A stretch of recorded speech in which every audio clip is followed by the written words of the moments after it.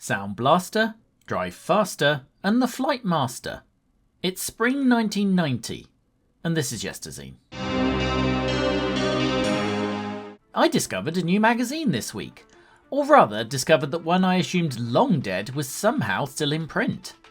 In a world that can't support a commercially produced magazine for the Switch, Xbox, or even PlayStation, there is still somehow a PC Pilot. As a big sim racing guy, I can absolutely respect that a related side nerdery of the video game space still supports a print medium when a console with 120 million sales can't.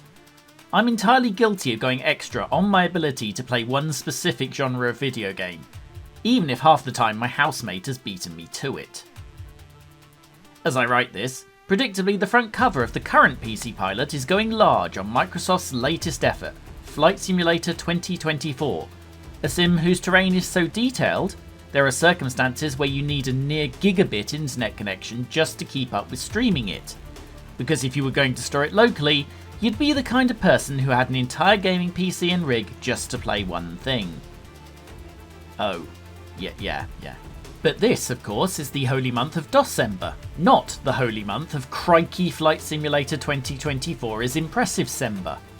So we're going further back, to a time when playing games on a PC was still something of a dark art in general, but when there was still a Microsoft Flight Simulator, and it was somehow already on its 4th iteration. The magazine is EMAP's newly launched PC Leisure, a magazine whose remit seems awfully close to EMAP's soon-to-be-launched PC Review.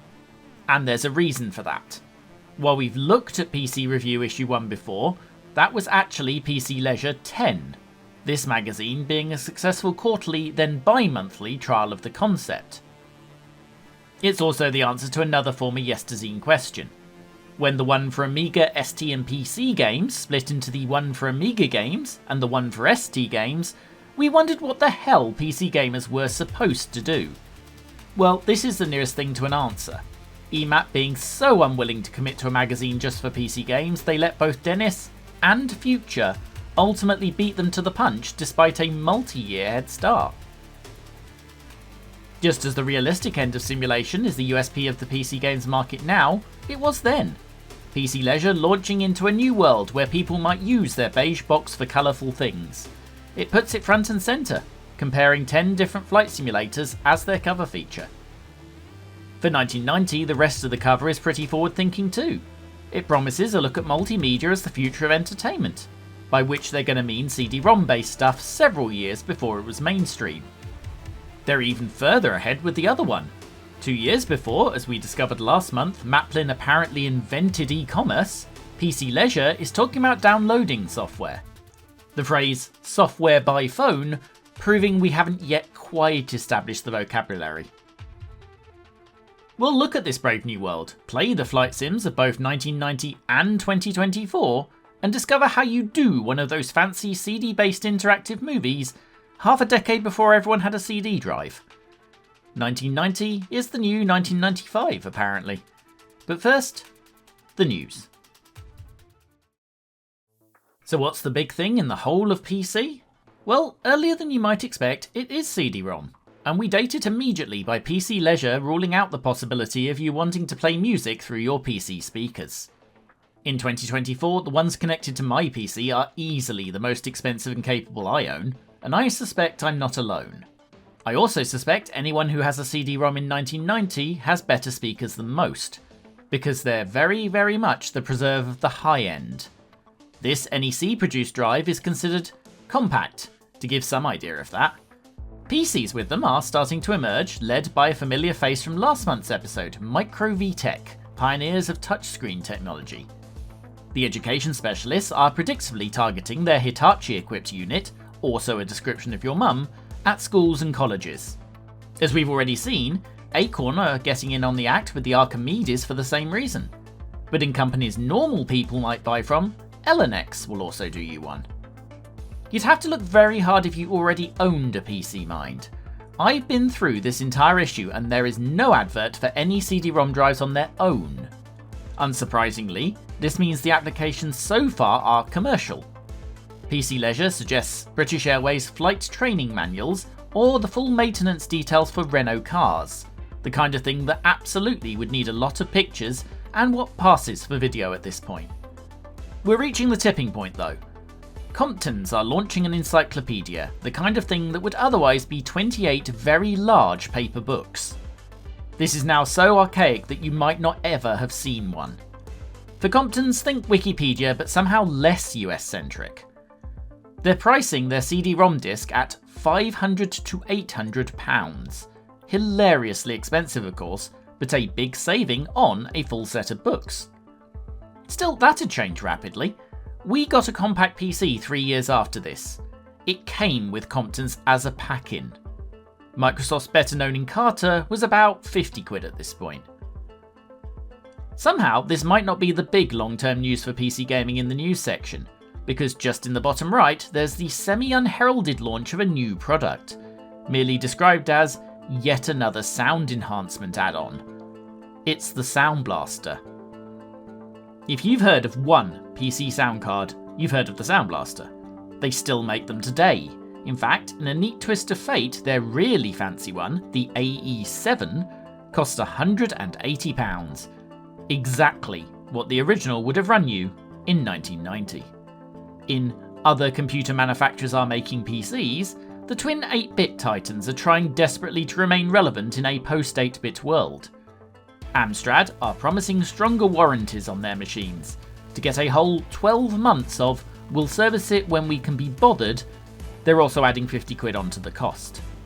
One of my favourite gaming facts is the aforementioned Compaq giving away copies of The Lion King with their machine, a game with a bug that stopped it working on certain Cirrus Logic graphics cards. The ones Compaq used specifically. Commodore may have trumped them, and not with their famous example where they gave away a game that required a keyboard with the keyboardless version of the C64. No, we're talking about their PCs, which come with an impressive introductory software bundle. They've gone big, with TV advertising promising a price of £550 plus tax. It includes an Office package, sensitively called the Secretary Bird. Or rather, it includes a lot of individual components because the PC-10 isn't actually powerful enough to run it as an integrated suite. It's okay though, because you can do your typing in the included Mavis Beacon Teaches Typing package. Or you could, if Mavis didn't require either a hard drive or 2 floppy drives to work, and the PC-10's base configuration was just a single floppy. Mavis Beacon the person never existed, much like the ability of the PC-10's owner to use the software they'd just paid for. Commodore tried to recover by claiming dealers should only be buying that base spec to fit their own aftermarket drives, a story slightly compromised by quietly updating the advert to stick £50 on the price to account for the new base configuration that totally wasn't any different to before. Neither manufacturer would be making PCs that much longer, certainly not long enough to test the bold claim PC Leisure are about to make.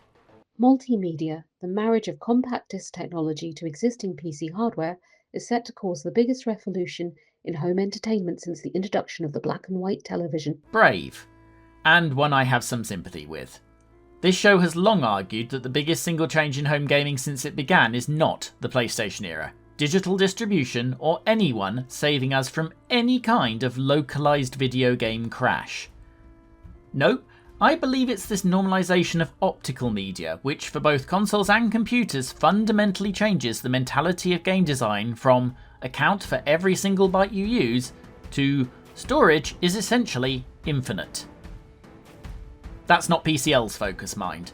The opening paragraph slightly disparagingly describes multimedia's reach as even down to the level of games. They make a good point that sums up virtually everything we ever say about old computers on this show. That what's expensive today, and only relevant to a few, soon becomes cheap and available to the majority. We've literally just seen that evidence. The top Sound Blaster costs the same now as it did then, even with near 3 times inflation. And you can get the cheapest Sound Blaster now, massively more capable than that original, for £30. Very few do, because of course sound capabilities of that order are on literally every motherboard you're ever likely to buy.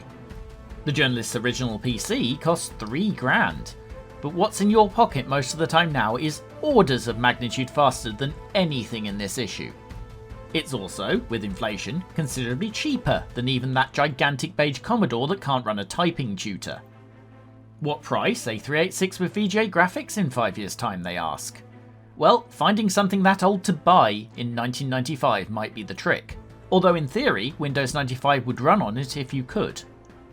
I happen to have a copy of PC Format from near exactly 5 years in the future, and no one is selling a 386. The prospect of even using one is employed as a joke in the tech help section. A 486-33, itself not exactly bleeding edge, can be had for barely over 500 quid by then. The basic Sound Blaster can now be had for as little as 36 money. The PC Leisure article spends some time pointing this out, but also that with TV and music production going digital, their storage methods and techniques were converging with the PC, allowing the PC to be the tool for producing everything from animation to art, even if there was no cheap method of getting a video sequence into a PC. This, as they say, would change, if you have no other proof considering how what you're currently watching happened. There are limitations, of course. While the average resolution of a PC monitor is now essentially identical to the standard definition of a TV at the time, the VGA standard can only show 256 colours at a time, albeit chosen from a large palette. This sounds like a big limitation, but it's one GIFs still have in 2024, and most of the time you wouldn't notice. And in any case, the Super VGA cards that solved this had already been around a couple of years, for a price. I probably don't even need to tell you that even that bargain basement Hyundai from 1995 sports such a card. The thornier topic is storage. Even that 1995 PC has a hard drive half the size of a CD, and storing full resolution uncompressed video on one of those gives a capacity of about 30 seconds or so.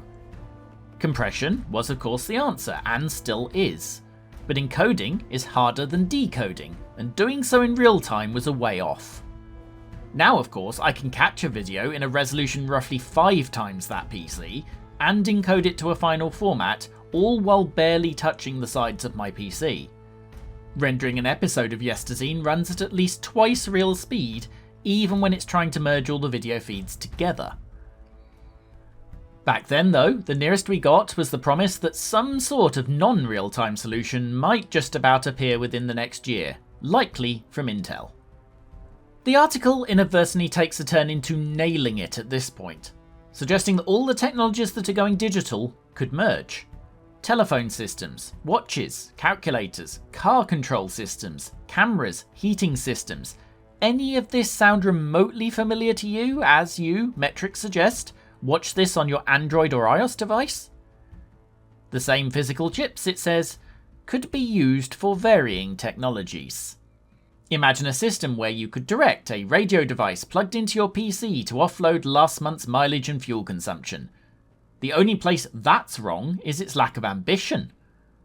Nowadays, thanks to Android Auto and Apple CarPlay, the most powerful computer a lot of people own does all the work with the car directly in real time. The article ends with a nod to graphics, suggesting a far-off future where graphics can be photorealistic and you could walk around a house, learn to drive a car, or take a walk inside an amoeba. The games, as it says, are going to be bloody stunning. He's right. Especially in VR, the Tron-like world he envisages, we are seeing incredible things, like Subside, where you would swear you were really there. I can't find what happened to our author Ed Henning, but sir, I hope you're around to see how well you did, and the future you were so enthusiastically looking forward to. It's overlooked how long-lived a game series Microsoft Flight Simulator is, possibly the very longest with regular releases. I justify regular releases in that the longest gap between them was 8 years, and if that doesn't count as regular, Grand Theft Auto is also a long-dead series. In any case, proof if proof be needed, is that here in 1990, when the first PC Leisure magazine is released, and 3 years before the PC could boast a games-only magazine, we are already on the 4th one. Microsoft Flight Simulator is as old as the IBM PC itself, the first version debuting in 1982. And really, it's older than that, because Microsoft Flight Simulator is the brainchild of genius electrical engineer Bruce Artwick and his company Sublogic. His thesis at university in 1975 had been titled A Versatile Computer-Generated Flight Display. It's hard to overstress how early this is. The Atari VCS does not yet exist. Space Invaders does not yet exist. Incorporating Sublogic with business partner Stuart Moment, their first release in early 1980 was Flight Simulator. Look, I said genius electrical engineer, not imaginative. IBM PCs not actually existing, this was for Apple II. It was successful, despite being understandably basic. FS1, as it was sometimes called, has one plane, the Sopwith Camel, and a small amount of very basic terrain drawn, as the Apple II did, with lines.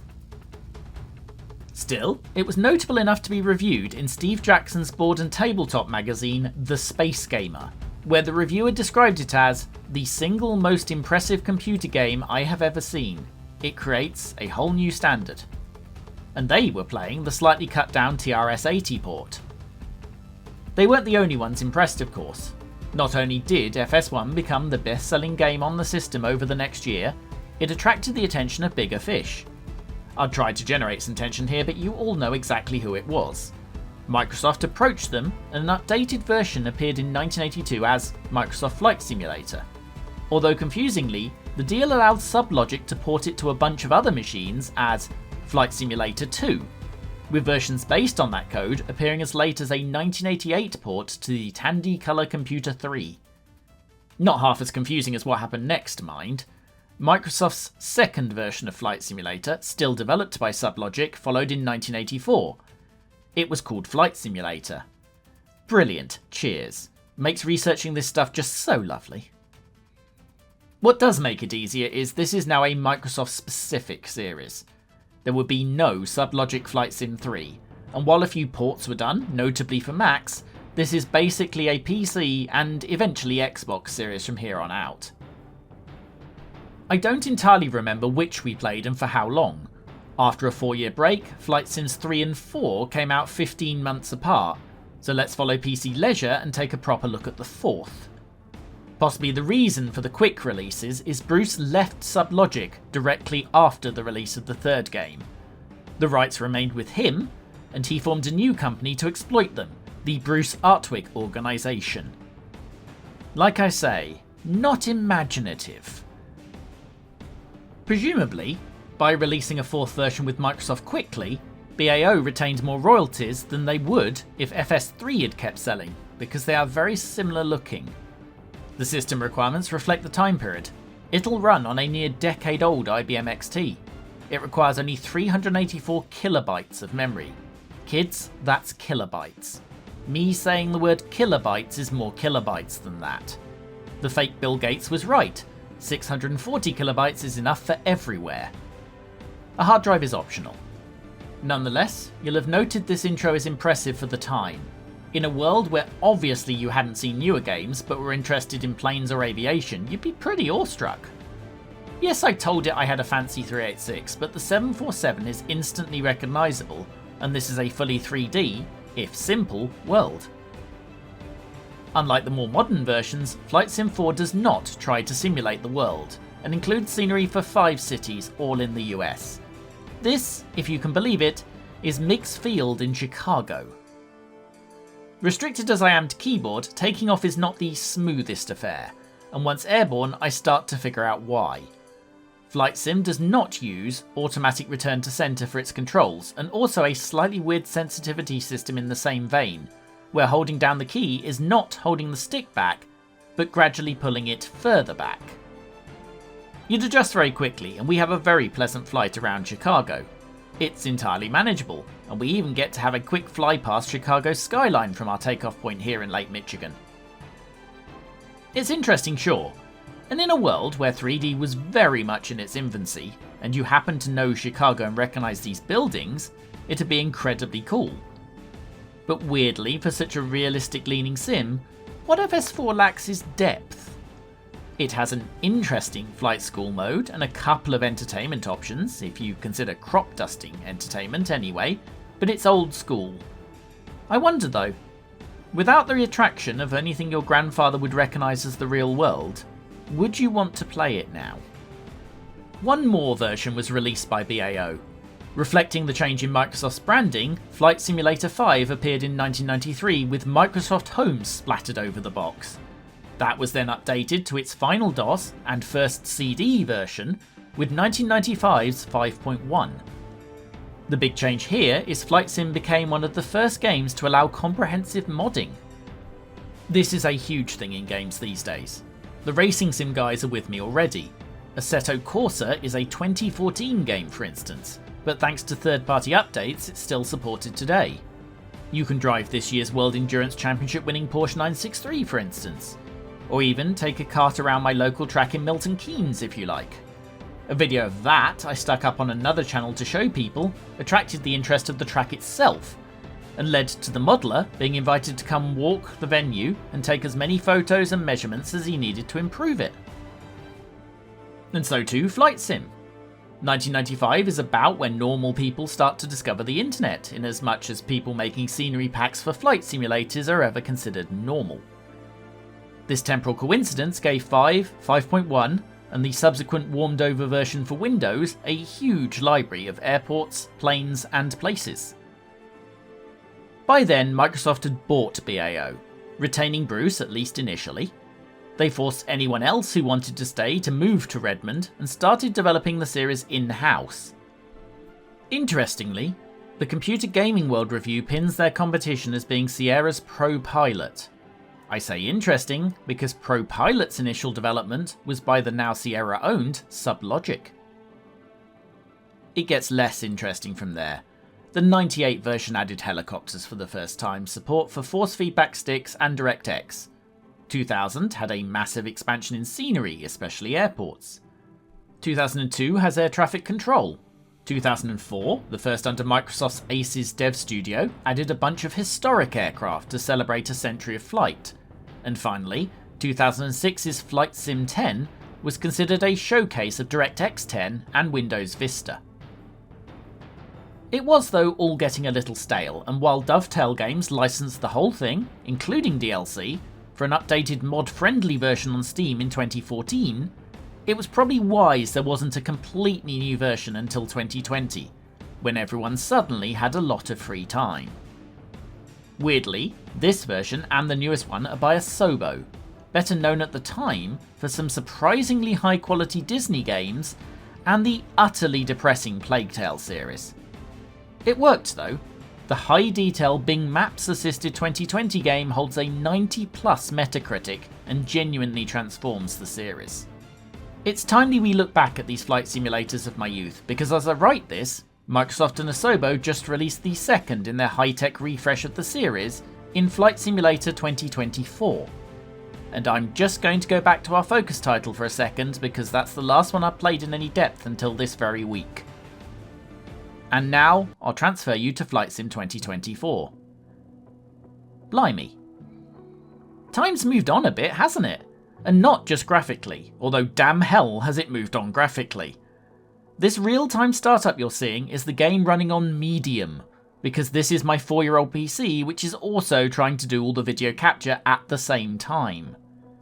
I'm going to need to go put this on the much newer Sim PC, I think. That said, while I wouldn't try and play this on a near-decade-old PC like you could theoretically have done with 4, the entry price has lowered. One of the other ways we've moved on here is that this is much more focused with letting everyone play it.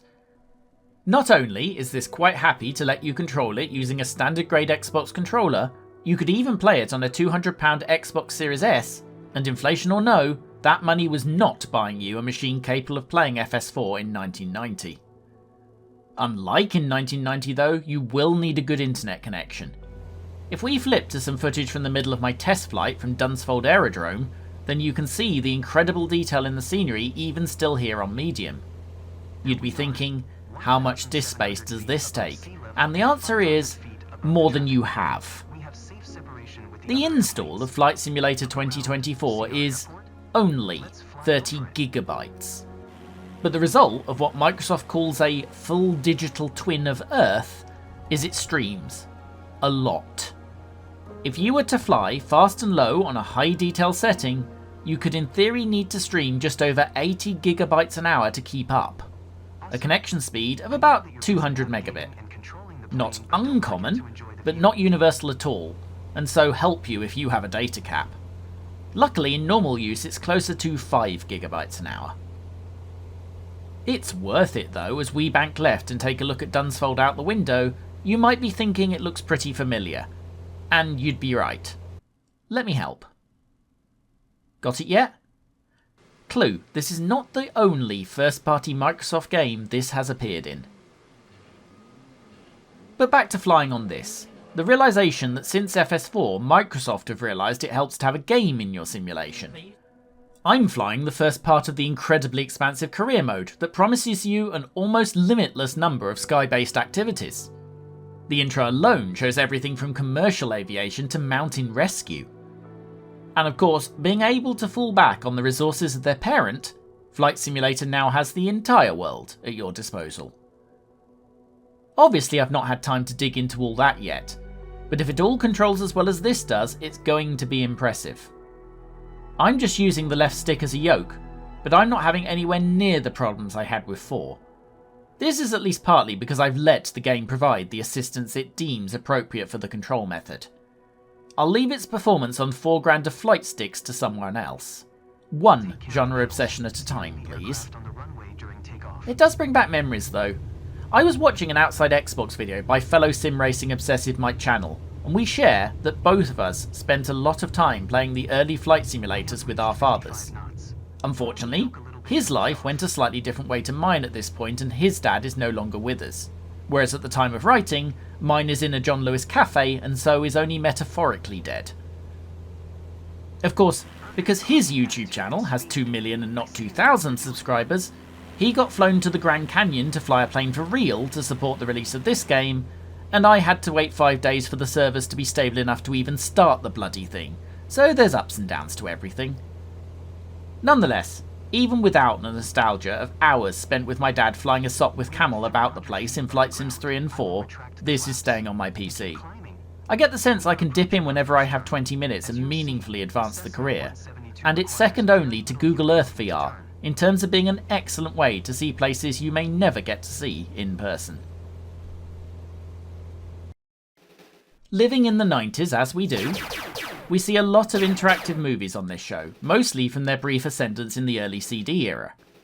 I have an irrational fondness for them too, be them FMV gun shooters like the surprisingly good Ground Zero Texas, barely playable charming curiosities like Night Trap, or the more sophisticated use of live video in Phantasmagoria.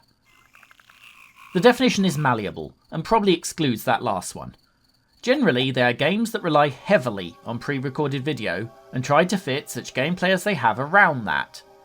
But also games that have a story. Otherwise you end up dealing with stuff like Macrocosm or Mega Race, and I generally recommend never doing that. Earlier this year, in possibly the least popular Yesterzine of modern times, we found what might be one of the very earliest ones, Deus Ex Machina.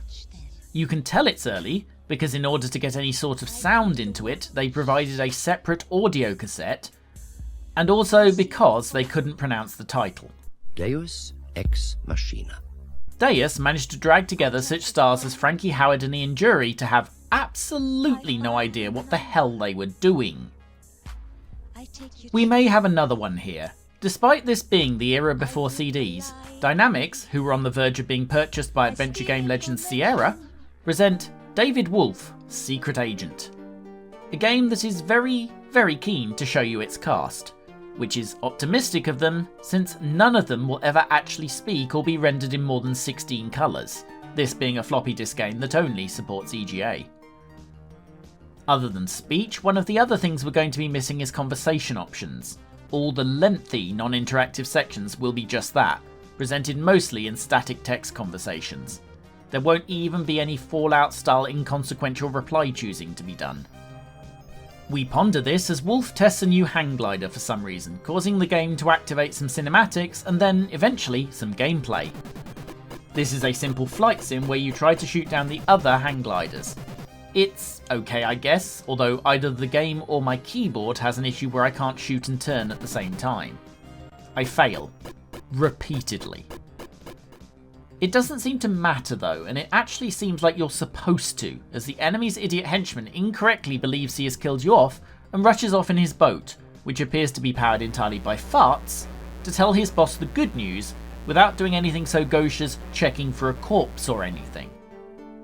You are, of course, not dead, and now the game begins properly, or rather the plot does, because when this game calls itself an interactive movie, it's going to mean neither especially seriously. Also get used to this music, because you're going to be hearing it for the entire game. As such, let me cut to the chase a little, a phrase that's going to make me seem really clever in a minute. A stealth fighter has been stolen, and it looks like it's been done by a friend of yours, Garth Stock.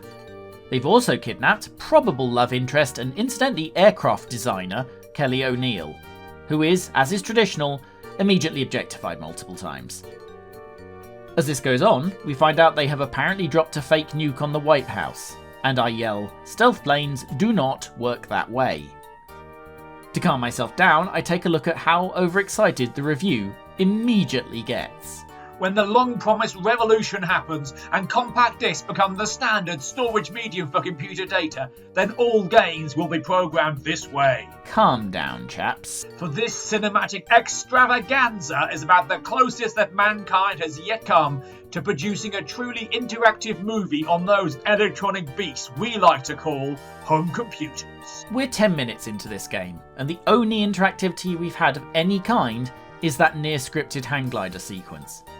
But then we finally get to something resembling an actual game, as having caught on that you have more lives than a cat with an action replay cart, the enemy orders them to pursue you by car as you drive to Monte Carlo. Cut to the chase. Still better than any of the jokes in this game. This is a bad driving game. You can already hear the sound, despite me using the best possible hardware to run this game. They've gone for engine noise, but they don't even bother changing the pitch. If you check the dials, I promise you I'm braking sometimes, but the sound is as monotonous as an internet hard lad trying to find someone else in the retro community to performatively be a dick about. And like them, I've gone off the road. But that's okay. It took me a few goes to realise, but you can't in fact drive out of the grass if this happens. It'll just grind to a halt and you'll get shot to death. What you have to do is stop, and then press left, and your car activates its magical strafe function to get you back on the road. Then you deploy the oil slick, and the enemy car politely waiting behind you obligingly drives straight through it when you set off again. It's awful. Eventually we reach a second stage with cars in front of you, and predictably I get stuck and shot, at which point the car teleports into the middle of the road and then falls over. It's game over, start from the beginning.